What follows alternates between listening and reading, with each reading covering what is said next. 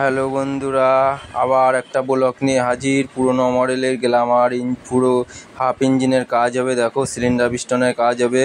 এই গাড়িটা ধোয়া মারছিল, সিলিন্ডার পিস্টন বসে গেছে।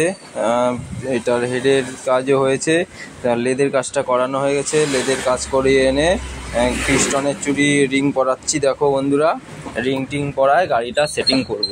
তোমরা দেখো কি করে কি করি, দেখতে থাকো। ভুল হলে কমেন্ট করে জানাবে। শুধু দেখলেই কিন্তু হবে না বন্ধুরা, লাইক শেয়ার কমেন্ট করতে একদম ভুলবে না। একটু লাইক করে দেবে, লাইক করলে আমাদের কিন্তু ভিডিও করতে অনেক আগ্রহ আসে।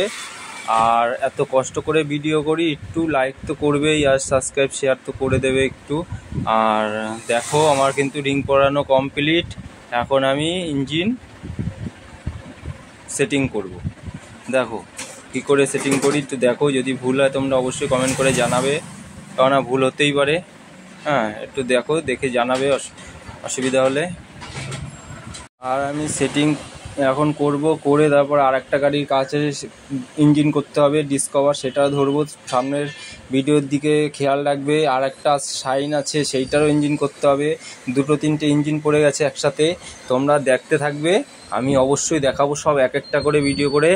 আর দেখো, আমার ইঞ্জিন কিন্তু প্রায় সেটিং হয়ে গেছে, আর ইঞ্জিন করা হয়ে গেছে প্রায়। হ্যাঁ, দেখতে থাকো। আর শুধু দেখলেই কিন্তু হবে না, একটু কমেন্ট করবে, লাইক তো অবশ্যই করে দেবে।